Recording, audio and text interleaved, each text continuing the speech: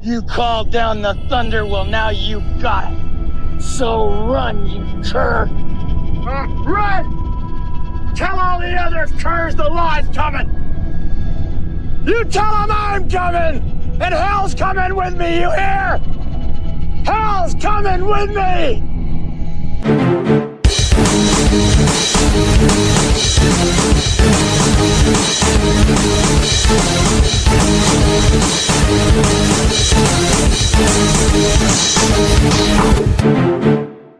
Welcome to the Dynasty Defined Podcast, a show discussing the most decorated program in the history of sport, the Oklahoma State Cowboys wrestling program. I'm your host, Lee Cothran, joined, as always, by Daton Fix, the one and only. And this week, we've got a special guest with us. He's a three-time NCAA qualifier, a two-time Big 12 champion, one of 5 or 6 guys that's ever gone 133-0 in their high school career in Oklahoma, a 4-time state champion, 4-time Fargo All-American, 2-time Pan Am gold medalist, Kaden Gfeller. Kaden, welcome to the podcast, man. Thanks for coming on. Thanks for having me. Well, speaking of Pan Ams, I think we got to talk about that first. The Cowboy Wrestling, or the Cowboy RTC, had a great performance at Pan Ams for Team USA this past weekend. They sent 6 guys down there. All 6 guys won. Or made it to the finals of the tournament, and 5 out of the 6 won gold medals. So everybody bringing some hardware back to Stillwater on behalf of Team USA as part of the Cowboy RTC. So great performances across the board there. Yeah, it was a really good performance. Started off with Roman. He wrestled really well, didn't give up a point, and just pretty much dominated everybody he wrestled. Moving on to Jax, he did about the same thing. He looked really good as well. Kind of got into it in the finals match, was let the match be a little bit close in that first period, and then just opened it up in the second and really just showed how much better he was than everybody he wrestled. He's just so fun to watch, and he can just score points in bunches. And he's going to be so much fun to watch the next couple of years. And then, Joey had a little tough finals match. The kid's good kid. Just kind of got into a match where he kept getting in this front headlock, and then there was just a little weird position where he ended up getting choked all the way out. And anytime that happens, it can kind of change how you're feeling in the match. Something like that happens. So he actually did a good job of getting up, coming back, getting the takedown to take the lead with pretty short time left, and then ended up giving up another push out. So just a little, a match, but I've said during the year, sometimes it's okay to drop a match like that, and especially leading up to Final X, it'll give him something to focus in on and work towards the next couple of weeks leading up to that. Then moving on to Zahid, same thing. It was just dominating everybody. He's looking like the best guy in the world. He's running through everybody, and he kind of had a closer match in the finals than I thought until he got to his front head pinch, and then once he got that, it was pretty much over. And I think I skipped over D, but D had a kind of an eventful weekend too. He in a semifinals match got hitting a WWE move, I think, got pile drivered. Guy ended up getting DQ'd, but he came back well in the finals and wrestled well. Same thing as Jax. Those 2 guys are going to be leading us the next, 4 or 5 years. So it's going to be a lot of fun watching them. And then speaking of WWE moves, Wyatt Hendrickson hit his finisher in the gold medal match and pinned that guy. So it was a really good weekend for the Cowboys. Yeah, I want to talk about D real quick. The guys that he wrestled there, the Cuban that got DQ'd in the semifinals, that really weird situation. Watching the video of that, it just seemed like he lost his cool. They were going out of bounds and just turned D upside down and just kind of slammed him on his head. So a little bit scary. Glad D's okay there. The guy he wrestled in the finals from Venezuela, I think they were both Olympians. So really, really great wins for D. understand that the semifinals was a DQ, but it was 2-1 when that happened. So it wasn't like it was, you know, out of hand or anything like that. It was a difficult match for the Cuban, obviously, to let him to lose his patience there. But massive performance there for D. Lockett. I know Pan Ams can kind of be difficult to gauge where these guys are because, you know, the U.S. is really the only country in Cuba. And in some ways, Venezuela, Argentina, in some ways, invest in it, but it's still kind of hard to gauge the talent level, which is why you're seeing like RBY represents Mexico, right? And you've got a lot of guys for Puerto Rico that are that grew up in the U.S. or whatever, but still impressive to go win those matches. It's still wrestling, right? And as we saw with Joey McKenna, you can still get beat. You still got to step on the mat. So, yeah, a really solid performance around the horn for those guys, especially, Wyatt Hendrickson beating that Canadian in the way that he did, and Zahid doing Zahid things. He really does look great coming off the Kyle Dake win. So, awesome stuff. Well, let's get into this talk here with Kaden Gfeller. Kaden, you had one of the more exciting careers at Oklahoma State without necessarily having the skins on the wall that we're all chasing or we all want to see, but you were a fan favorite. You wrestled a really exciting style. The way that you were able to execute was always really fun to watch. What have you been up to since graduating from Oklahoma State with 2 degrees, right? Yeah, I think I just got one university studies degree. I'm definitely not using that degree as far as what I'm doing now, but I'm doing industrial real estate in Oklahoma City. I work with companies looking to buy, sell, and lease industrial real estate, specifically in Southwest Oklahoma City. It's been great. I finally moved from Stillwater about a year ago.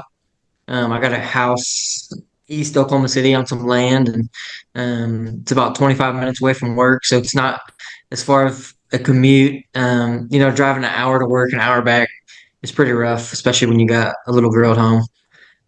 But no, it's going great. I'm not cold calling. I'm knocking on doors all day, so I'm really in sales and I'm meeting people, and it's been great. So awesome. I do miss wrestling, though. I'll tell you that. And that's what I want to get into. I want to make sure we plug you real quick to give G a call if you have any commercial real estate needs in Oklahoma City. We're there you go. We'll post all your information and how to get a hold of you in the notes and everything, so that you can hopefully we can get you a lead. That'd be fun if we got you some business. But I love it. Take us back to how you got into wrestling. What lit that fire for you? My brother, he's 2 years older than me. He used to wrestle when he was really young, and I think I went to practice one day and saw him, and my parents got me into it when I was probably, I want to say 4 or 5, so I was pretty young. I was at the Edmond Generals with Hardell Moore. That's kind of how I got into it. I just started going to practice, and I think each year, get a little better. I think when you're that young, it's really important to have just a coach that can teach you kind of the fundamentals. And I feel like Hardell was, if not one of the best, I feel like he was the best Little League coach. I feel like he was really good at teaching people the fundamentals and getting them to a spot where they can really grow. We had a lot of good kids at Edmond Journals. I mean, I don't know how many Division I guys that were like around me, but it was a lot. Boo Llewellyn, he used to come up every once in a while. One guy that went to Oklahoma State that sticks out to me. Derek White, the Dixon triplets, RJ Mosley.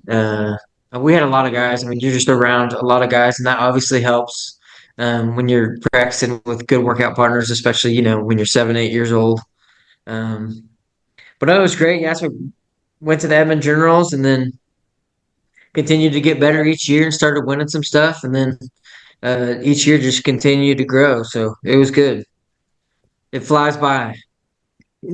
It does. When you were getting better, you got to a point that you thought, heck, I could be really good at this wrestling thing. When did you realize that? And then when did your paths with Daton cross? Because, there's the Oklahoma City, Tulsa, y'all same state, culture in the state definitely plays into it. But as we know, they can kind of feel a world apart, Oklahoma City and Tulsa, until you start Yeah, having to yeah, combine, right? So talk to for us sure. about y'all's relationship and, when did y'all meet and how that relationship kind of forge into um, both of y'all being as good as you were at the time, especially going to those national tournaments.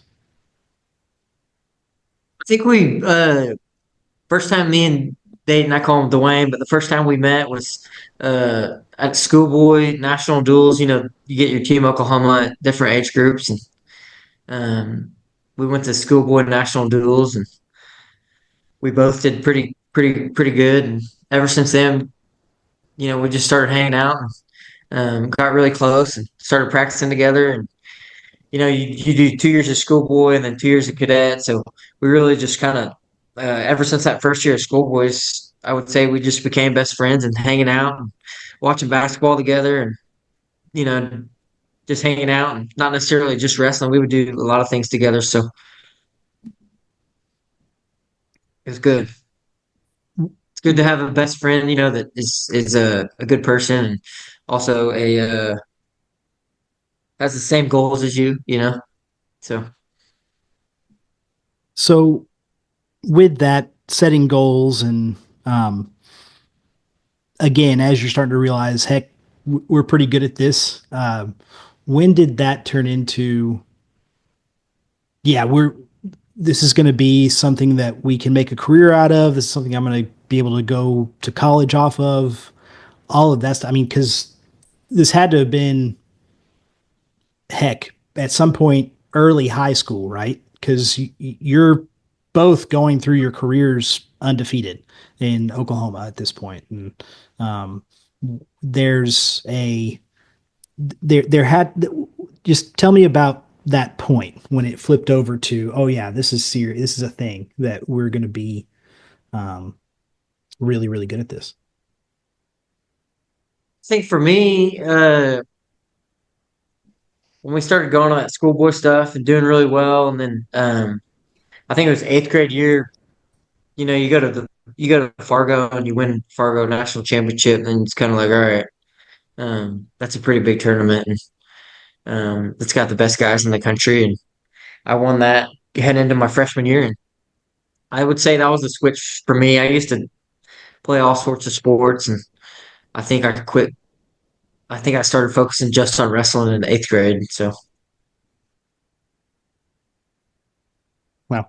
Well, um, Dayton, what do you recall from that time of, um, you guys having these kind of uh, youth tournaments and being able to go wrestle at a high level with a guy like G? Yeah, I mean, we met at a young age, and it was a lot of fun. We I feel like we pretty much clicked right away. I think we were both cutting quite a bit of weight that first year of schoolboys, and that's probably why we hung out so much. We were both probably pulling the most weight on the team, so we were just always in there working out together. And it just kind of, we just kind of stuck by each other's side the whole time. And then I just transferred over from year to year, and eventually I'd come down to OKC, or he'd come up to Sand Springs and hang out with me. And really every time we hung out, we were doing a little bit of wrestling, and then we'd go do other stuff too.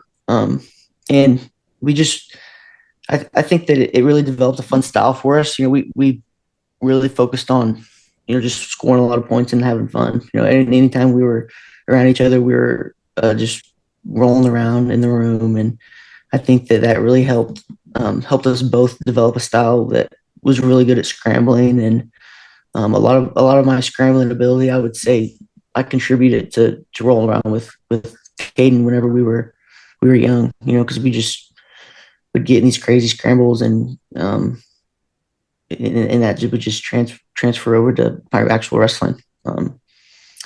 And it was just a blast. To have someone like that around and to be best friends with them. It's been so much fun. So you're going through the recruitment process. When did it become Oklahoma State? Right, and what other schools were you looking at? What ultimately led you to say, okay, I'm going to go be a Cowboy? I think I was looking at a few other schools. Nebraska, I liked a lot.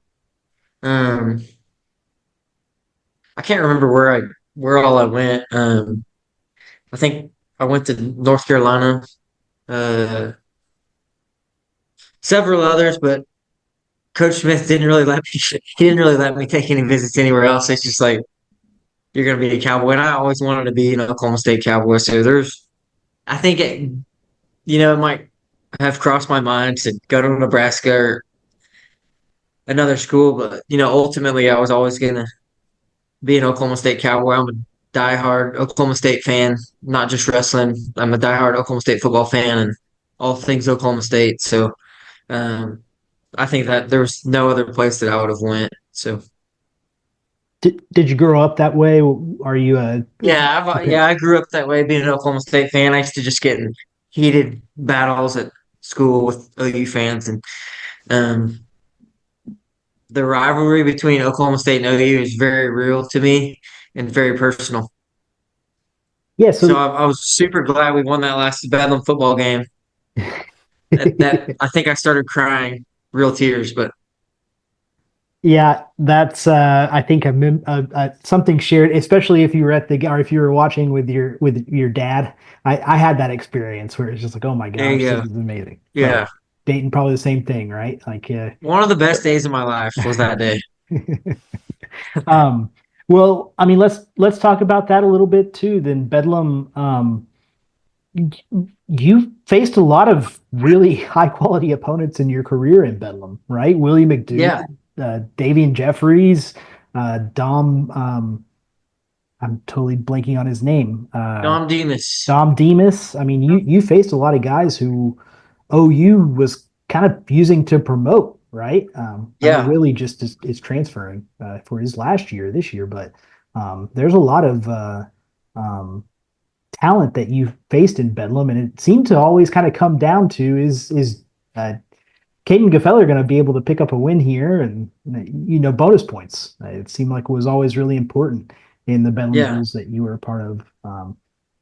With it being a personal thing, with you really not liking OU, how did that help you, especially in your last couple of years as you're a leader in the room? How did that help you kind of push over that edge and make your moments in the rivalry such a big deal? That's a great question. I don't know.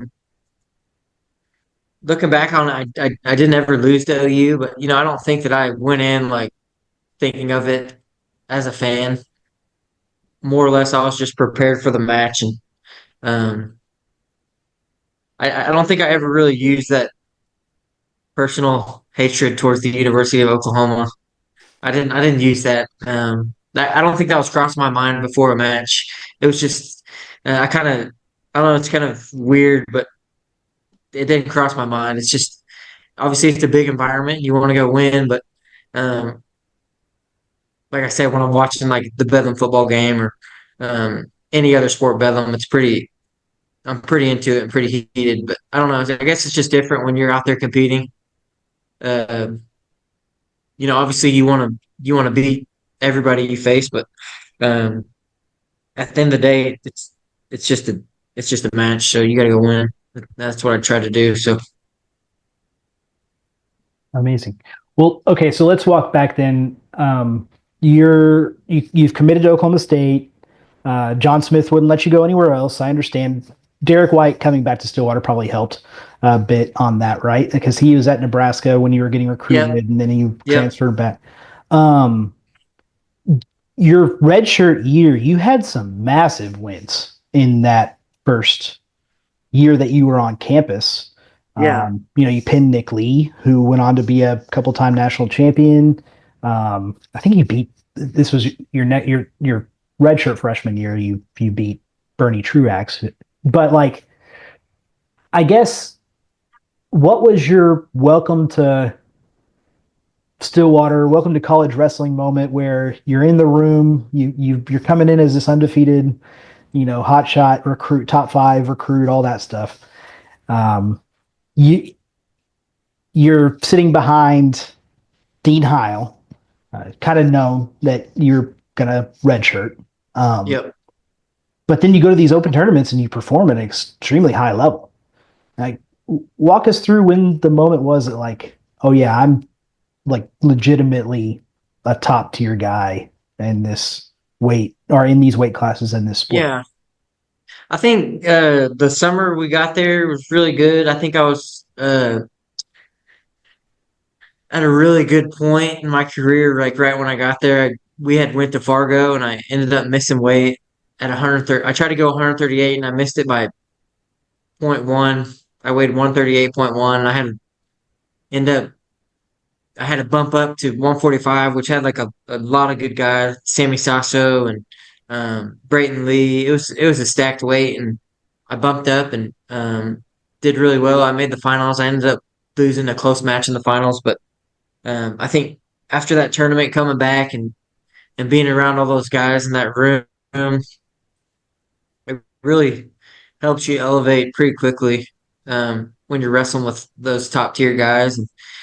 And yeah, we went to some tournaments, did well. I always felt like I wrestled really well with Southern Scuffle, which I think I did. I think that for some reason I just wrestled really well at that tournament. I beat some really good guys, and um, no, I think you get there and there's a couple routes you can take. You can kind of plateau, or you can really level up. And I think I leveled up right when I got there. I think I was in a really good spot. Um, yeah, after that first year, I was in a good spot. I think I was ready to win at a high level. Well, and you did. I mean, the 2019 season, you were a Big 12 champion. You were 24-6 on the season, qualified for NCAA's. As mentioned, you pinned Bernie Truax, which he was at Cal Poly at the time. Went on to be a 4-time All-American in Reno. There, you won Reno. You won the Southern Scuffle. You performed extremely well in the dual season. This was one of your highlight moments here, coming off of the Southern Scuffle, where y'all went to New Jersey, and you lost to Anthony Ashnault in the Rutgers duel and had the moment where he, was celebrating and you kind of stood up for the brand, right? Kind of talk us through that moment and what, went, like, you're young, he's a veteran guy, number 1 in the country, all that stuff. But just it's kind of a heated moment there that stands out. Yeah, I think the environment was crazy. I think Dayton wrestled Suriano, and it was just a crazy environment. People on the East Coast are a lot different than people in the Midwest. Oklahoma. It's just like a different culture, and they were fired up. And obviously, we get fired up too. But it was a crazy environment. It was a great match, and I'm not really sure what happened or what was said, but he's a competitor, and I am too. So I think Coach Smith was really pissed off at me at first, but then he didn't see what Ashnault did. And afterwards, he wasn't too mad. But no, yeah, I think that I saw him shooting down Coach Smith, and I was going to stand up for my coach. So yeah, I think that's some info to that. Okay. Well, and on that, I mean, I know you have a really close relationship with Coach Smith, and he was hard on you. But we especially saw that after these next 2 years, 2020, 2021, we're all kind of going through whatever we want to call the COVID period, right? But you seem to have a bit of a struggle there. Open up as much as you want to about that and kind of what life was like in those 2 years.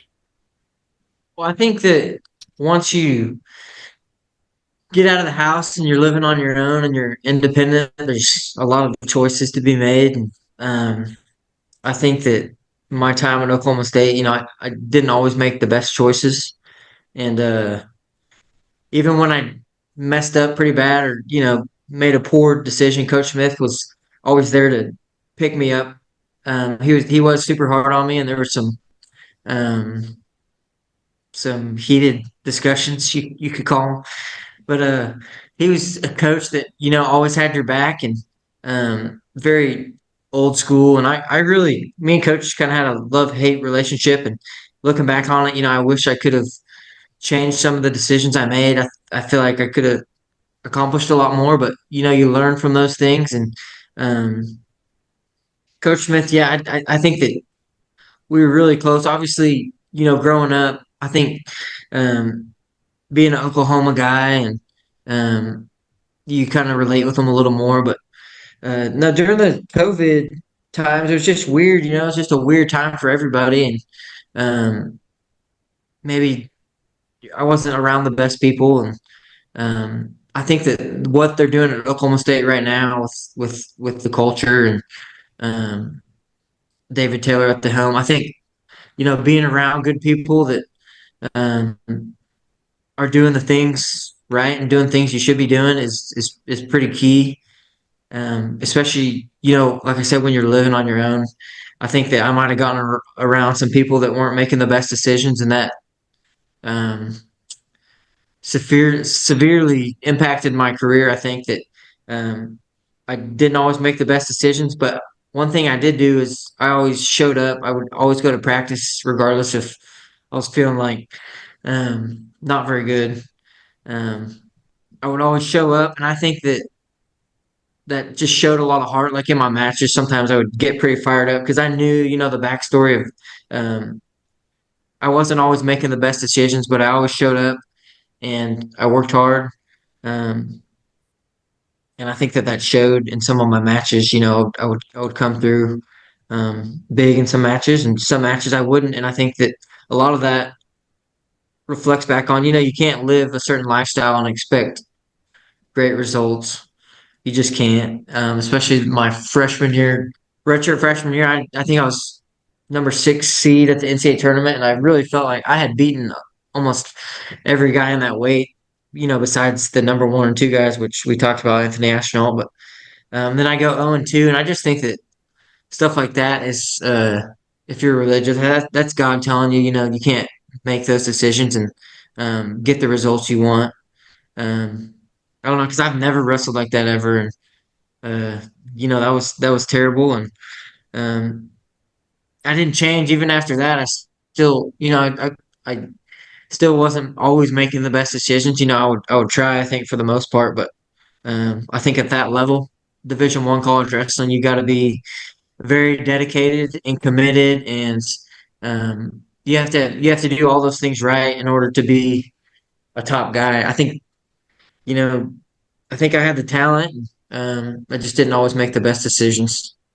But you learn from everything, and I've definitely grown, and I wouldn't change it for anything. So, Well, you can't, right? yeah, It's how you move forward. I was reading.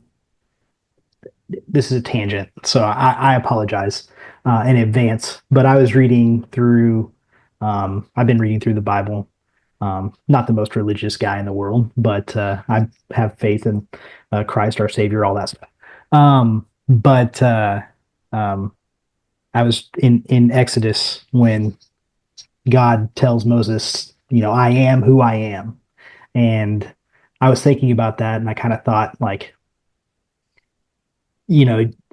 I'm here. I'm just the present. I'm the way. And you can't do anything about your future. You can't do anything about your past. All you can do is just focus on here and now, right? So it's just my reflection.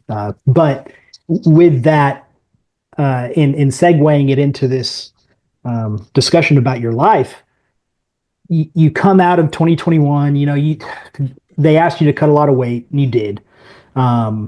I don't remember exactly. You'll have to remind us where you were and what you got. You had to get down to 141 pounds. I think it was something insane. Yeah, that was Um, crazy. Yeah.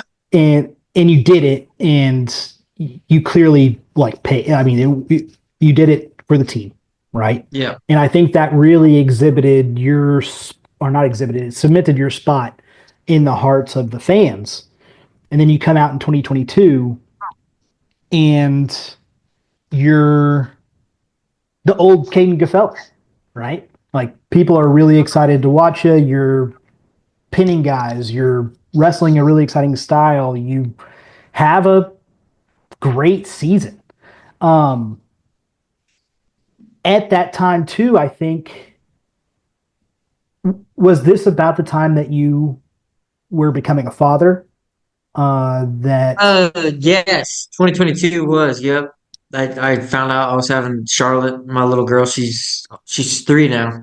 But no, that definitely, when you find out that you're having a baby, it just kind of changes your whole life around, and you grow up really quickly. And I definitely think that another thing, I think that was God's way of helping me get my life under control, and I did, and I started um, living my life right and had a great year. I think I did. I win Big 12 championship that year. you did, yeah, Yep, I I won definitely. 12 championship, and then I wrestled the best I had at NCAAs. I think I was in the blood round and lost to Austin Gomez.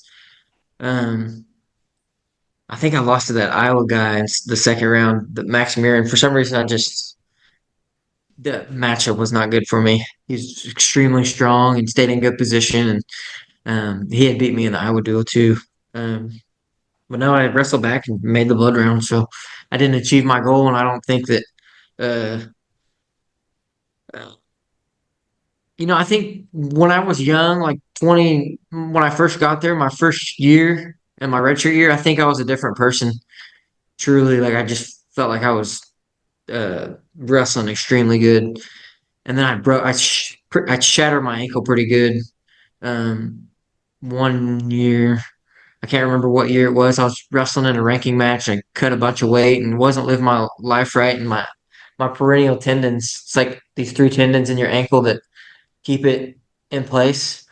And it just shattered all 3 of them. And I remember didn't know if I was going to get surgery. The trainers, thought that it might scar over, but anytime I would try to push off, those tendons in my ankle would just snap out, and it was a pretty gruesome injury. Um, so I got surgery eventually. I actually wrestled the Southern Scuffle and made the finals with my ankle like that, Mm. which was crazy. I couldn't shoot. I just was working my underhooks and 2-on-1s and whatnot. But then I got surgery after that, and I just feel like I wasn't the same person after that surgery, truly.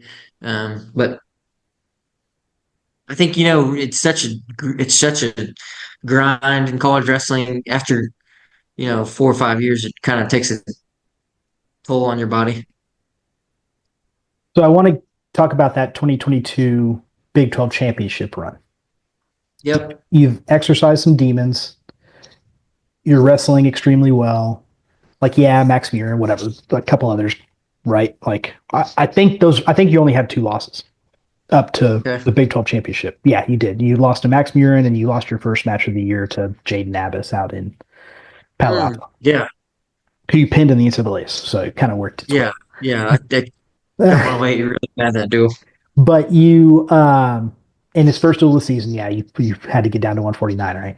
Um, but at the Big 12 championships,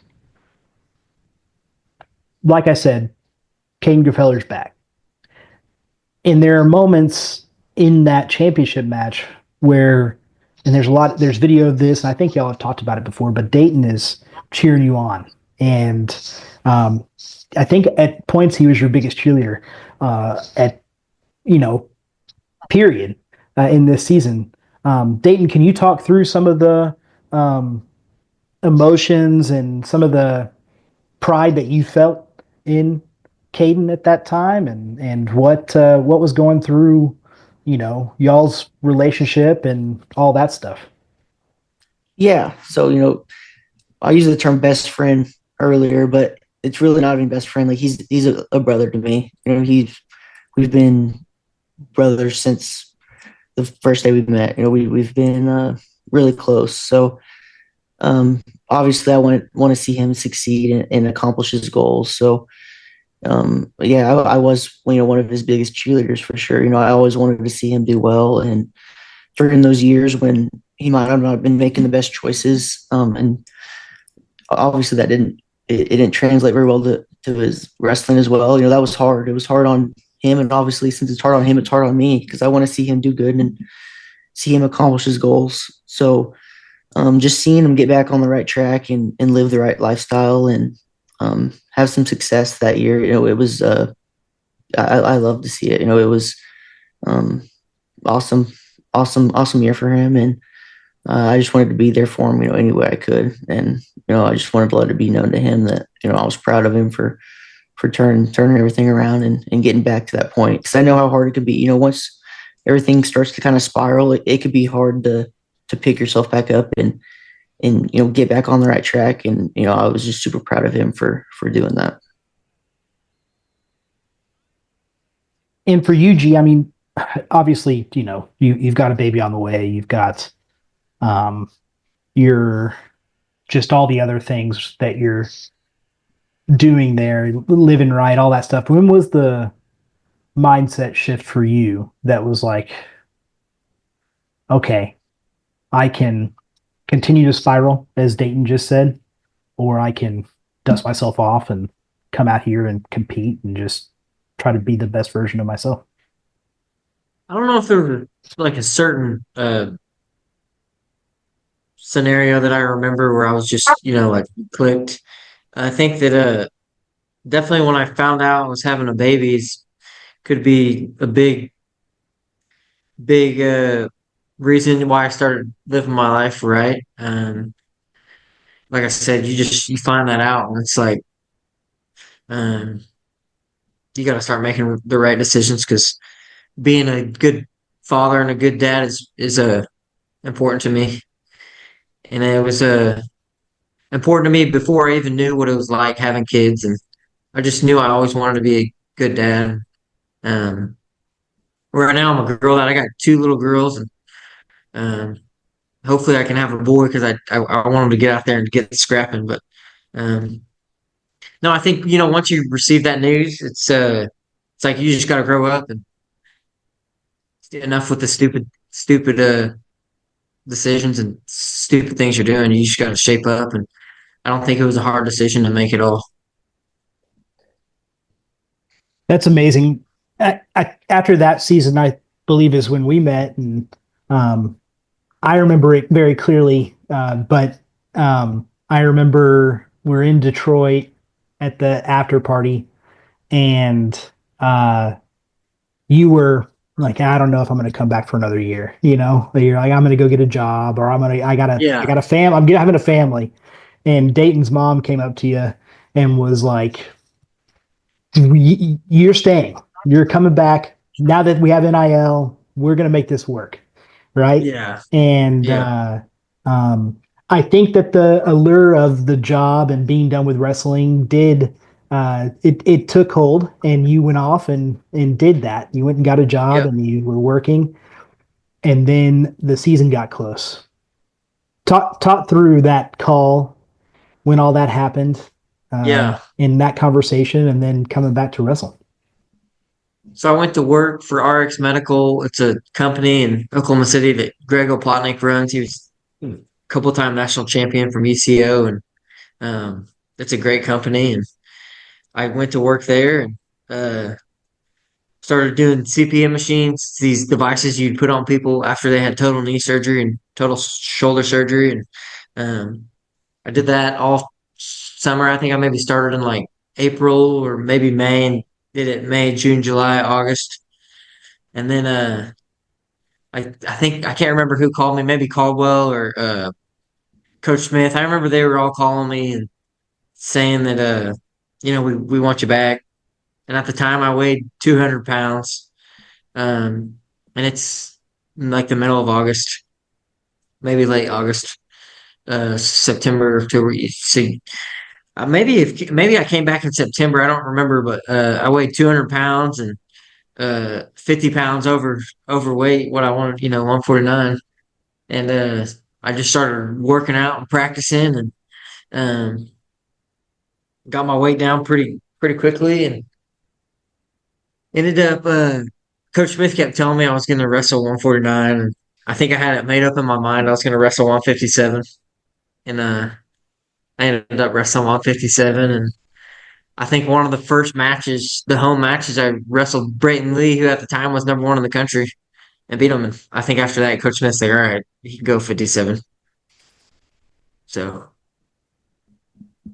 Well, calling your shot like that, I guess, is a pretty good way to go about not having to cut that extra 8 pounds. Then there you go. And actually, by the end of the year, I should have been 149 because I was weighing like 152, 153. I don't think I was big enough for 57, but I never really cut weight too well.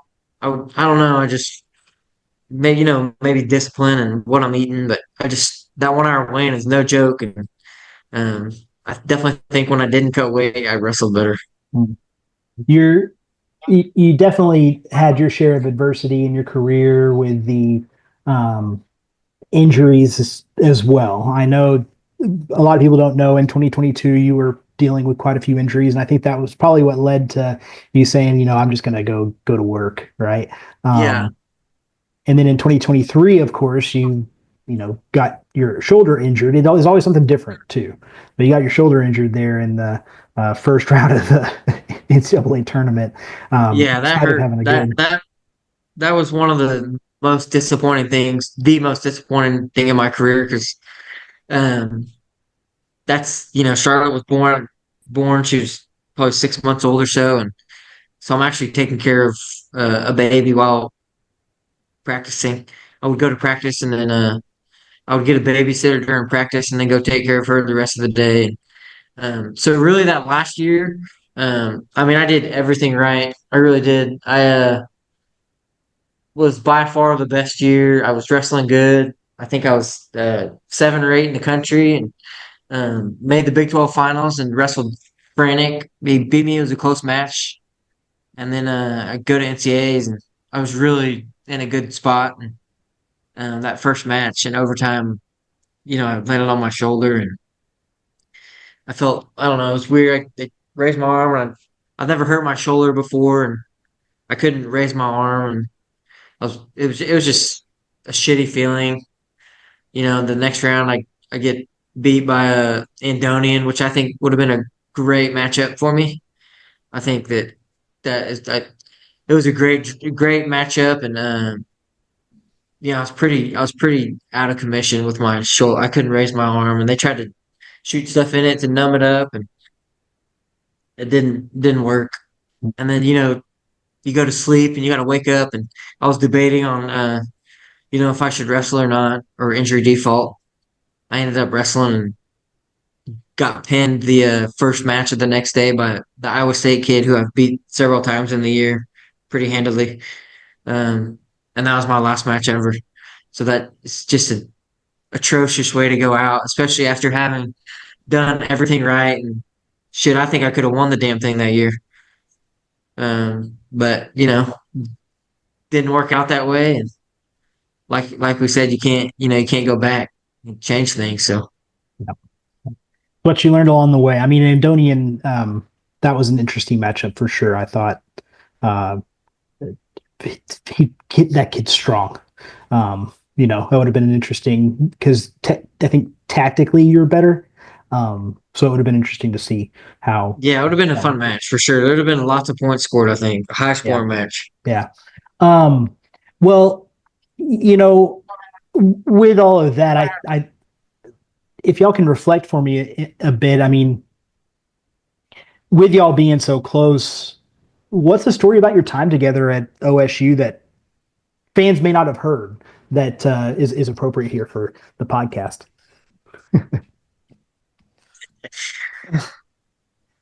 You got one that comes to mind, G? we just me and Dayton, we would always go golf. I don't know if a lot of people know that, but we are huge avid golfers. During the off season, we'd go golf damn near every single day. We always had fun doing that. Uh, that's honestly one of the great things I picked up in college. I mean, we played a little bit before that, but golf is a super fun sport. Especially just go out there and relax. I feel like it's a good stress reliever, and you get a little country music turned on. It's 75 degrees and sunny with little wind. It's I love the golf, and we did that a lot. You know, me, Dayton, and Boo, and JoJo, and everybody. We'd always go out there and golf. So that's a cool experience that we had in college. So I can actually remember the day that you found out you were gonna have Charlotte. We were supposed to golf that day, and he called me and he's like, I don't know if I'm gonna be able to go today. And then eventually he told me later that him and Cassie were pregnant. So it was and I was excited for him, then. I had to take a rain check. Yeah, I was a little disappointed we didn't get to go golfing that day though. That would have been a great time to go play golf and go celebrate. Yeah. When you look back at it now, what does your time at Oklahoma State mean to you?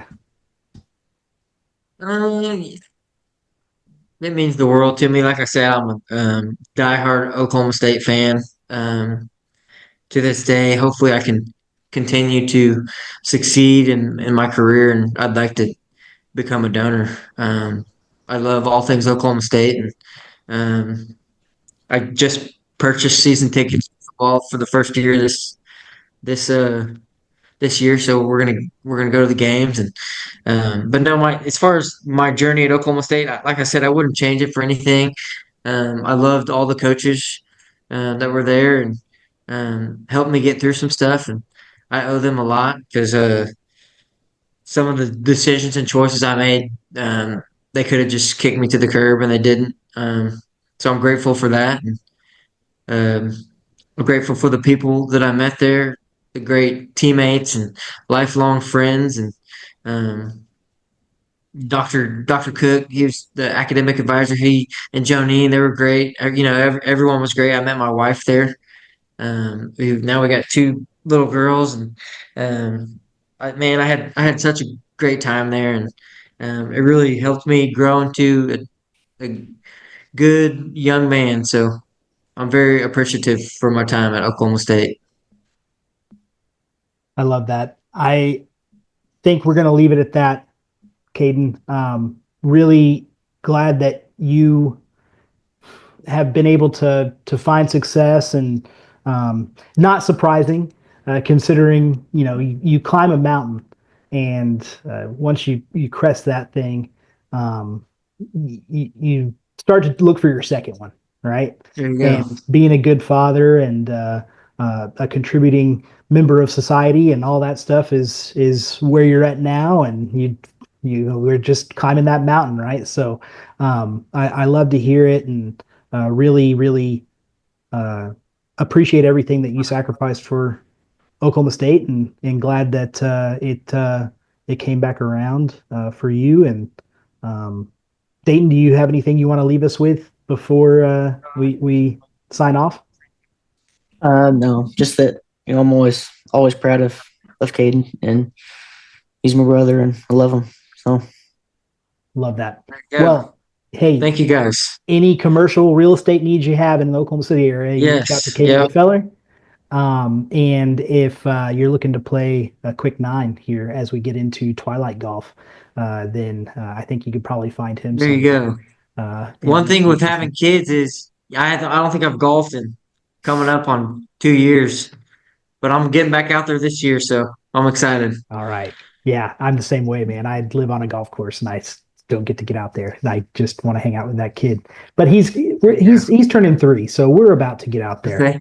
3-year-old little boy? Yeah. And you're same age as yours, basically. So nice. You're same boat. Get that little girl there you go. playing golf with you. So does he ask a million questions?